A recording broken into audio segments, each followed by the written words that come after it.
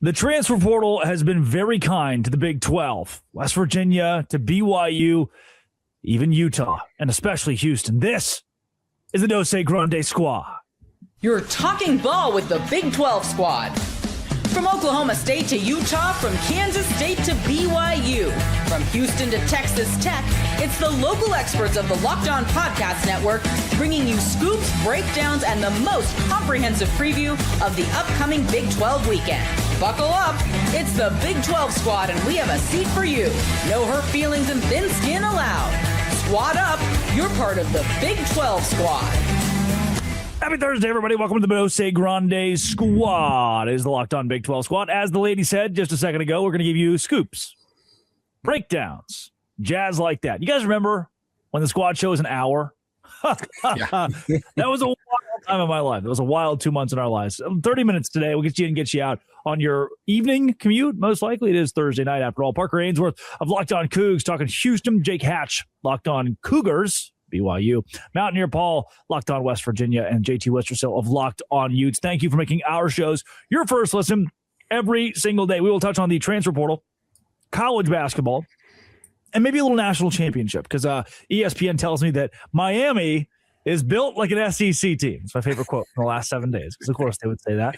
Let's go portal first. Parker Ainsworth, you are claiming the best portal class, maybe in the Big 12, maybe not. Oklahoma State, Texas Tech are up there, but Houston, one of the best in the country at the very least. Yeah, they made a big splash early with Mekhi Hughes coming out of Oregon. He was a big-time Tulane running back, had 2,700 yards in 2 years there. Got to Oregon, and he was in like one of a half dozen running backs they played, and he opted out of the rest of the season at the 4-game mark to preserve a red shirt. He's a big Willie Fritz guy. They bring in 3 offensive linemen that were all conference guys. They brought in a tight end that was very coveted in Overmeyer. A pretty strong class so far for Houston. I don't know what you think about on-3 rivals, that whole thing. They got him at 7th in the country right now. I think that's pretty good. I hear that's good. Paul, where do the West Virginia Mountaineers sit when it pertains to, I know last year had to be a complete overhaul. Is this a war of positive attrition or overhaul 2.0? Yeah, West Virginia's only 1 or 2 spots behind Houston. So also doing really well in the portal. Totally remade the offensive line. They've gotten several first-team all-conference offensive linemen to come in.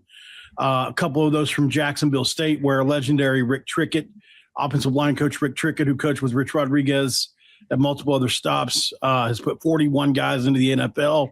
So, that's a guy that's really legendary. The offensive line room is looking really good. But you bring in the nation's leading rusher in Cam Cook, who ran for almost 2,000 yards last year, is obviously a huge pickup for West Virginia. And you bring in an LSU wide receiver who, to let a lot of people tell it, one of the best players on their team last year, just happened to have his season ruined as a freshman. He was going to get on the field for them. So we feel really good about him. But, it's been all quality, multiple Power 4 schools that were starters, nothing like it was last year where it was D2, FCS.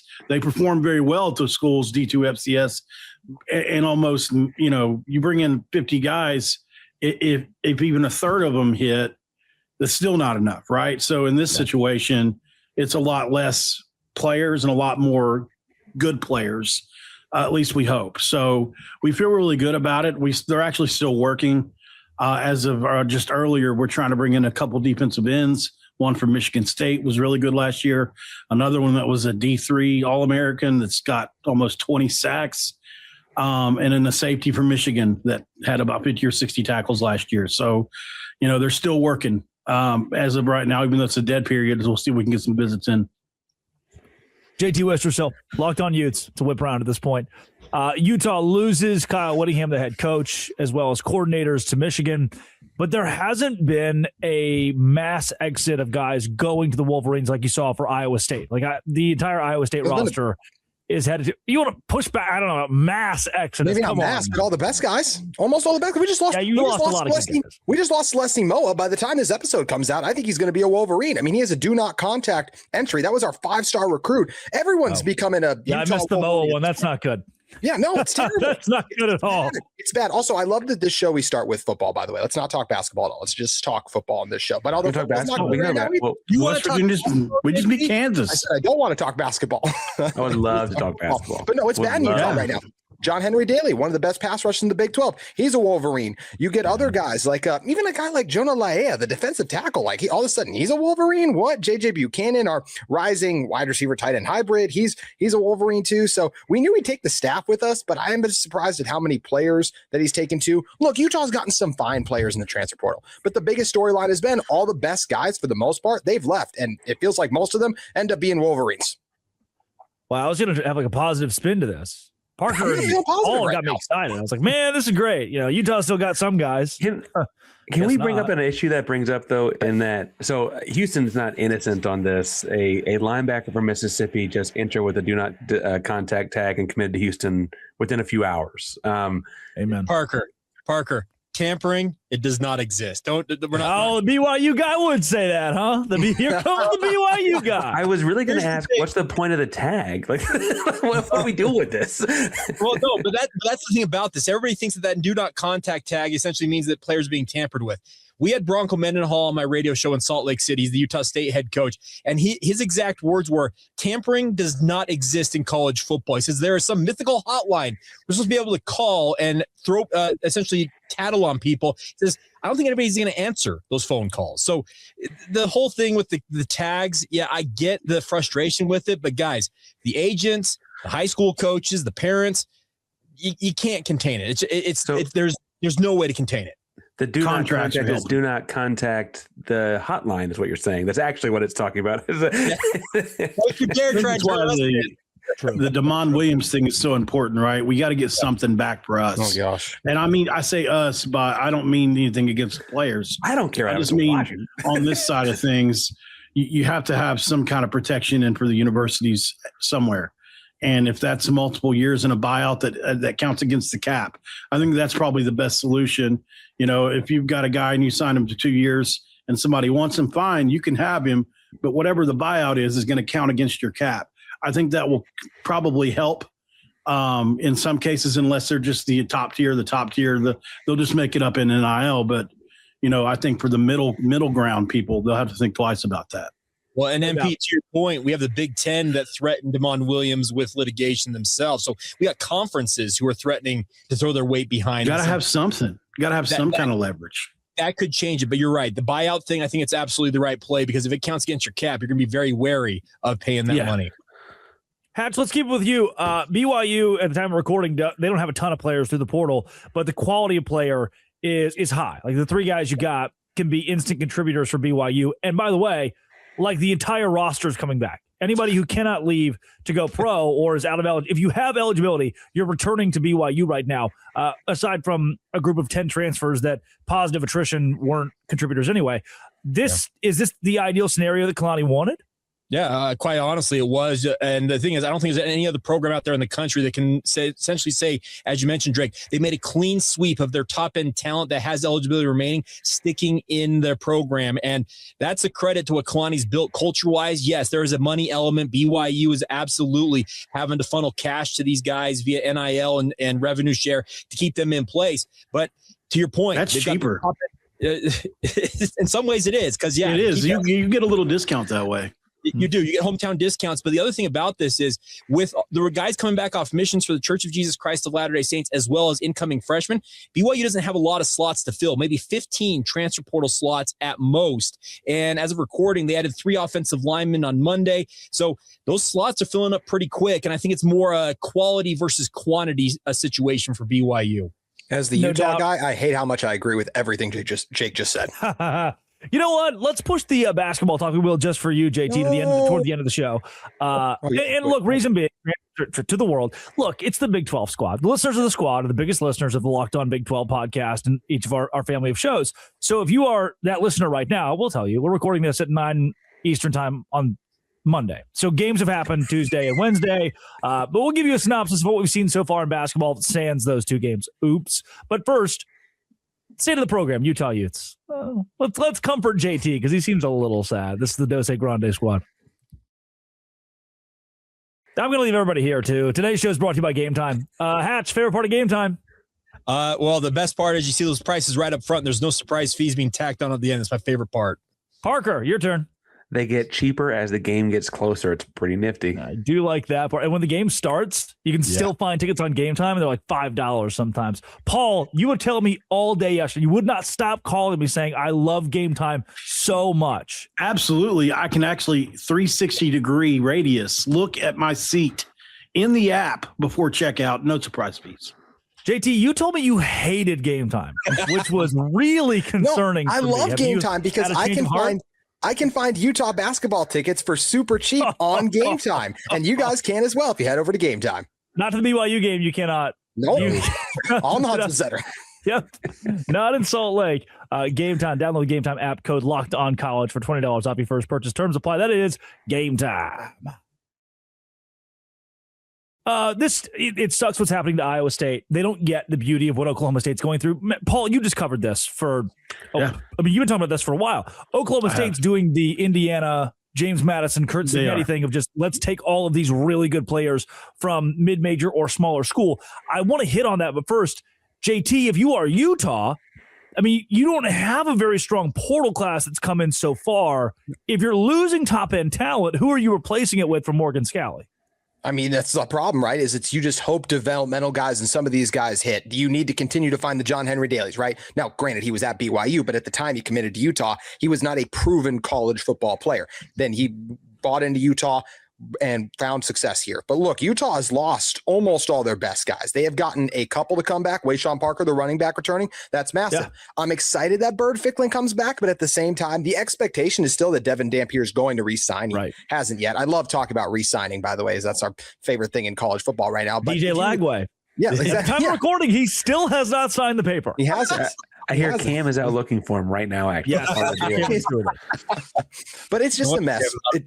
Like Utah's gotten some fine guys, but a lot of what they're banking on are G5 guys who had success. Like we got the North Texas pass rusher. That's like the one guy that hasn't gone to Oklahoma State, Ethan Day. He went to Utah. He had 4.5 sacks. How does that translate against P4 competition? I'm curious to see. And a lot of the P4 guys they have gotten were backups or not high impact players. So it's you Utah. got the Utah State kid, didn't you? Yes, we got a receiver, Pagan, that I'm excited about. But at the same time, like I have a memory. And last year we got Otto Tia. He had 500 yards with the Aggies, and that worked awful with Utah. He had one catch for 20 yards all season. So do I think Pagan's better? I do, but it's not like proven commodities at the P4 level that Utah is landing. So I think Utah will be fine. They recruit well. They still return some key talent, but they also have to replace all 5 starting offensive linemen, which was their best unit up front. So a regression for Utah as we stand here today is probably more likely. And I don't love saying that, but it's early in the portal window. So we keep hope alive and carry on. I love saying that because about 6 weeks ago, that would probably be Houston's second toughest game next year. And this is this is fantastic. So, JT, have we hit the point in this whole ordeal where you say, you know what, admittedly, you should have given Whittingham another year? I don't think you so. Still wouldn't do it. Knowing everything you've lost, you wouldn't do it. Okay, well, I mean, there was a chance, but I'll just say this. I think a lot of the guys that left, I think they still very well might have ended up somewhere else, right? Does John Henry Daly stay at Utah? Let's just call it what it is with Utah. No, they left to follow Witt. So if Witt was still there, right? Drake, is Utah one of the top 5 like NIL schools? Are they top 10 even? Are they even one of the best in the Big 12? No, the best guys were probably going to leave. Teo Johnson, their safeties at UCLA. What the heck? We just beat them by 30 this year. But now he's there because NIL, I think, being the biggest reason. There are other factors. There's other reasons for all these guys, but Utah is not of the upper echelon in NIL. And this is the second year in a row now where we look at some of the top guys leave at Utah. I think of a Cameron Calhoun last year who ends up at Alabama, and he actually barely even played there. So we'll see what happens with a lot of these guys. But even if Witt stayed, I think a lot of them would have ended up leaving. So yeah, would it have been nice if Kyle came back and a couple of these guys end up staying? Sure. But at the same time, I think a lot of them still would have left because Utah is not a upper echelon NIL school. So you're going to lose your best guys a lot of times when the year ends. But do you not think so? Like when Holgerson left Houston, a handful of guys threw their name in the portal because they were Holgerson guys, and I mean, like a couple of them are in the NFL now, right? Mm-hmm. I don't, in my findings, it doesn't sound like they were actually going to even dabble in it until he got fired. Like, do you think that it just opened the door, even if they might not have, if they had found out that had that kind of number with tampering or whatever, they might have left anyway? Do you not think it at least opened the door for them to like look at what else was out there? I mean, there's a chance, but at the same time, Morgan Scalley's been with Utah for so long, right? It's the same voice taking over that these guys all knew what he was going to offer, know what he's about. It's going to be a similar type of program. So I really don't think a lot of the departures would have been different. Now, granted, like a JJ Buchanan, he's probably still a Ute if Kyle Whittingham's there, right? Because I feel like that staff was like, ooh, we saw him up close and personal. We know how good he is. Let's bring him in. But some of those other guys I mentioned, John Henry Daly, a Smith Snowden, the Teo Johnson, the best ones, they were probably going to leave. So that's where, to me, it didn't make a huge difference. But hey, in some alternate reality, maybe everyone runs it back with the Utah Utes in 2026. But unfortunately, we'll never know. Paul, I feel like Oklahoma State, again, it's the Cignetti way of bringing really good mid-major players and then turn them into elite Power 4 guys with a mixture of other formerly Power 4 guys, and then build out of the transfer portal, build with older players. Oklahoma State is in not just one of the best spots in the Big 12, one of the best spots in the country, and that's per any transfer portal rankings. This is an overhaul that is completely positive for the Pokes. It's the new way. It's the new way. It's, it's basically a ready-made transition from North Texas to Oklahoma State. It's really crazy. And, covering West Virginia, covering Oklahoma State here over the last week and a half has been really interesting. And just the different philosophy and types of players they're both bringing in. At the very top, you've got the 5-star quarterback in Mestemaker. You've got basically just a smidge under 5-star in Hawkins. You've got a guy that's a 4-star in Wyatt Young, another 4-star in Wendell Gregory. That you've got the keep from Oklahoma State, who was, if you could keep one guy from them outside of Segrin, it was probably Gregory. And they've added just a myriad of other 4-star dudes. And anybody that was anybody on that North Texas team has come in. But it's not just North Texas players. Like they have gotten dudes from every part of the country that really you could want. And I think that one thing that people aren't talking about enough is Oklahoma State got a mysterious donor to – I say mysterious only because I don't know him as well as maybe Cody would. But is this the ghost of Pickens? Yeah, the ghost of Boone Pickens. They've got a guy that's on this is what I was told by multiple people there, on a Texas Tech level donor for them. Wow. So who was writing these checks. He covered the Mestemaker salary by himself, which was $7 million. So, that's an insane, that's most people's outside NIL cap. Like mid-tier Power 4 on down is in that 7 to 10 range outside the cap, right? You get up above 15 or so, you're getting into the upper tiers, 20, but so I think you're looking at it like, man, Oklahoma State's in a really good spot year one. And I really do believe that. Like, last year at West Virginia, I tried to convince myself that we had a shot year one, but we just lost too many players. Oklahoma State's in a similar situation, but the quality that they're bringing in, and it's ready-made, I think they're closing in on 20 or 25 players from North Texas now. And I would say at least half of those are close to 4-star or 4-star. Like they won 12 games for a reason, and it was the American, right? So it's the very highest level of the group of 5 that you can possibly get, and they were the best of it. So the players they have, and they have a really, really unique philosophy when it comes to recruiting that they won't divulge about. So, I like it. Obviously, we have to see what'll happen. It's the Big 12, and most of the time our teams eat each other. But I do think Oklahoma State's got a shot to have a Houston type year in year one. Anyways, I don't know if they'll do Indiana, but I think they could do something like Houston, maybe like did last year. Yeah, no doubt. Coming up, basketball. That's the Note Grande squad. Come on, JT. Hoops, and again, we recorded this on Monday. Just the best time for all of us to get together. So hoops as of Monday. Overarching feelings on the season. JT, we'll put you last. Great call. That's where I want to be all season long for basketball talk, right? Well, Parker, this Houston team, what they did to Baylor, this Houston team, what they've done all year long. This is a fun aside. Vanderbilt plays 0 games the remaining schedule against top 15 opponents. BYU plays 6 games against top 15 teams. Vanderbilt's number 2 in the country in strength of schedule. BYU's number 23 in the country in strength of schedule per ESPN. Oh, wait a second. I do have a lot of questions about that. But Parker, the Houston Cougars, once again clicking. And I would say their best 2 or 3 guys didn't even play their best games against Baylor. Like this team ceiling still feels like it could be there. Yeah, it's interesting, and I want to make sure everyone gets to talk because I actually want to know more about a couple of y'all's programs. But the Houston thing actually feels weirdly ahead of schedule relative to last year. Last year, you bring in a new point guard in Miles Uzan, and you had a few more losses at this point, and so on. Right now, Houston's got just the 1 loss from Las Vegas in the Players era. But you also weirdly feel like this year's team has a lot more to grow. You start 2 freshmen, and they're still kind of picking up. I mean, they're out of position on defense several times a game. And it's like, okay, can you fix that over the course of the season? This Kingston Fleming guy looks like a top 10 pick, if not a top 5 pick. Emmanuel Sharp is doing the Emmanuel Sharp things. They look really, really good. And JoJo Tugler's been staying out of foul trouble lately. Those are all good things. Obviously, I think Jake has his own fair share of things to be happy about too. It's an incredible conference. You can't win 19 games in it anymore like Houston did last year, so I guess you can't do that part. They only legally you can't now. like, they only play 18 conference games now. So I think that it's fair to say Houston's going to have a good year if they don't win 19 like they did last year. Hatch, it has been. I mean, yeah. If you turn on ESPN, it's still the AJ Dybantsa show. Like it is AJ Dybantsa and company. But I don't think people understand the level that Rob Wright and Richie Saunders elevate this team because the country is going to hone in on AJ Dybantsa. This BYU squad is a lot more complete than I think they get credit for from those that just think it's Dybantsa and bust.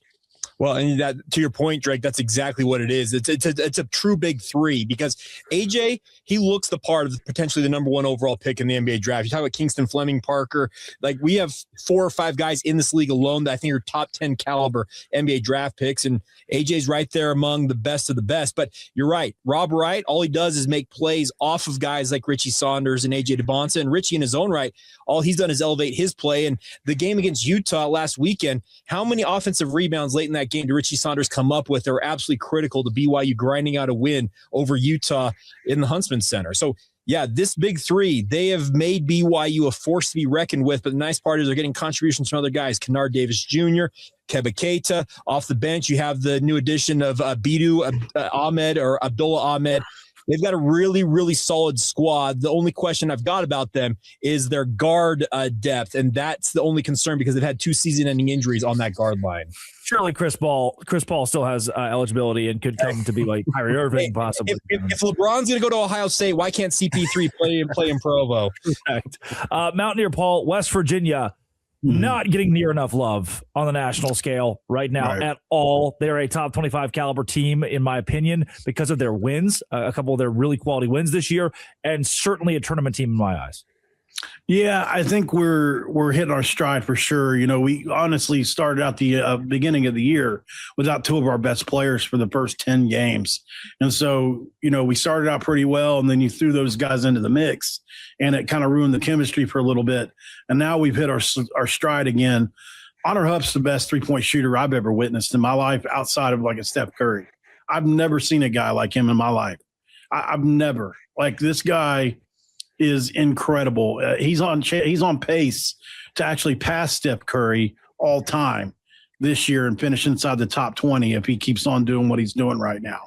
So, you know, he's a dude that, you know, he put up 23, probably single-handedly helped us beat Kansas in the second half, or day before yesterday, in a game where, you know, it was he and Lorient who was on that Final Four squad at FAU. Harlan Obioha, the 7-footer, really played big inside. And this team, like I said, hitting their stride. Trace Eaglestaff averaged almost 20 points a game in North Dakota last year, put up 41 against Alabama. And he has been horrible this year outside the last 10 games. So he's finally coming on, it seems. And he's the piece that can really unlock this team's potential, because you just can't guard both he and Honor Huff in 3-point scenarios and still contain Brennan Lorient down low. So we feel really good about it. Don't know how we'll do against Houston necessarily. That's a huge step up. The only team that we faced comparable to that is Iowa State. We didn't fare well, but that was in Ames. So, but, we beat Cincinnati. We beat Kansas, two pretty good teams here back to back. The only other two games that we lost, we were up by 12 against both Ohio State and Clemson early in the year with less than 6 minutes to go and blew both of those games, or this would be a 13-win team right now. And you can say ifs and buts all you want, but that you're supposed to hold on to those kind of wins. And, the other day against Kansas, we did. We finally did. We held off a run late in the game because we played such tough defense. Our team's been wearing out late. I think they've kind of got the formula figured out, and I really love what Ross Hodge is doing in year one. We got, a 5-star, a 4-star, and we got another 5-star coming on campus as far as recruiting goes. So things are going really well. JT, will the sun ever shine again? It will next year. Look, let's call it what it is. This Utah team has one win against a P4 team. It's Ole Miss. And I know we talked about how the ESPN loves to glaze the SEC. Ole Miss has one other P4 win themselves too. It's Missouri. And that's it. So this is a Utah team where, yes, they showed up well against BYU. And wouldn't it be hilarious if by the time this releases, Utah beats Tech and then everything I'm saying is completely bad and wrong. But at the same time, I've seen this movie before where Utah plays well against a BYU because it's a rivalry game and the players get up for it. It's one of the better atmospheres all season long. It actually is the best. It's straight up the best atmosphere in the Huntsman all year. And the rest of the season is disappointing. Look, they just got blown up by Arizona. I know a lot of teams have, but you also just lose to a Colorado team that I still don't think is that great either. I think the Big 12 got better, and I think Utah got worse from last season too. I knew the season was going to be long as soon as they lost to Cal Poly. Heck, I knew the season was going to be long when they went to overtime against Weber State. They do not have good size up front. And yes, I like the guards, but they're too small. So I think it's going to be a long year for Utah. I don't think they win more than 3 games in the Big 12. It was a miss year one for Alex Jensen in terms of building this team, and he'll get to try again next year because I'm not feeling good about how this team has looked so far, nor how they'll carry out the rest of the season. Last I checked, they're not favored in a game the rest of the way. You said they got 3 wins. Name them. I know. I said, you know what? I'm going to go them to upset a couple teams. So I think they'll get a Cincinnati on the road. Okay. Outside of that, they're going to beat someone they shouldn't beat. So, is that a TCU at home coming up? Okay. Is that an Arizona State, right? But then they're also going to lose some of those games too. So that's why those are the. Yeah, I mean, fair. Actually, yeah, I'm with them now. I get it. But it's rough. It's rough right now, and we'll see if it turns around next year. It's still way too early to judge Alex Jensen. To me, his GM as well, Wes Wilcox, like everyone, they just need to do a better job evaluating the talent level at this level. They're NBA guys. They need to learn what it takes to succeed in college, and we'll see if they can be better next year because it'll be a rough year. Jake, as you know, NBA coaches that try to coach college, it never works. No, it never works. But JT, I believe that Alex Jensen and Wes Wilcox can evaluate talent. I got no problem saying that, but this is what really matters to get that talent to Salt Lake City. Great point. Jake Hatch is living his best life right now. Some of the trust me, we're living large in Provo. Well, the big swings they have too, Jake. I'm not blanking on the Auburn guy's name. I'm talking Cam about on the Coleman. roster. Yeah. No, he's the guy he's on Utah's roster now. I'm talking about. Parker. Yeah. Anyways, he's the guy who got in trouble last year. He was a 4 or 5-star, but he just didn't work. Doesn't work at Utah either. Cam Newton. Yeah. Who's the Auburn guy? Yeah. How much SEO can Drake fit into one segment right there? That's what that was. Talking about Ja'Kai Howard. Locked on Big 12, Cam Newton mentioned. Chris Davis.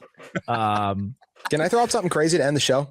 Yeah, what's up? Yeah, what you got? Was the Big 12 actually the 4th best P4 conference in football this year when we look at how the ACC did in bowl games? No. Still better than the ACC. We did our part. That's y'all's fault. Pretty sure you're talking about we did Ja'Kai well. Howard, though. We did well. 8-5 Duke won the ACC. It's the way the Pop-Tarts. That's all I'll say. So Yeah, that's true. Neil Brown is ribs. building Did North y'all see Texas. that? What? At the Texas Bowl, they got to eat ribs. Like they just passed out beef ribs at the end of the game. Hey. That's pretty awesome. That was awesome. That's dope. when in Texas, man, come on, get that done. I've had barbecue with Hatch and JT and Parker in Texas. Extra Paul. I've had barbecue with Hatch. Hey, shout out Nice. to John, by the way. And yeah, Mountaineer Paul and I have enjoyed a meal together. But John down there in Dallas, Fort Worth, Frisco area, taking care of the Big Big 12 media day. That was a good day. You hooked us up. That was awesome. I'll be at the BYU Utah basketball game. I'll see you there, JT. Surely You'll Utah be will leaving win. Right? halftime. You will be leaving at halftime. Why? It'll be a blowout. This has been it all. It's will be locked on. Thanks for making our shows your first listen every single day. Dose Grande Squad. Q Country Road.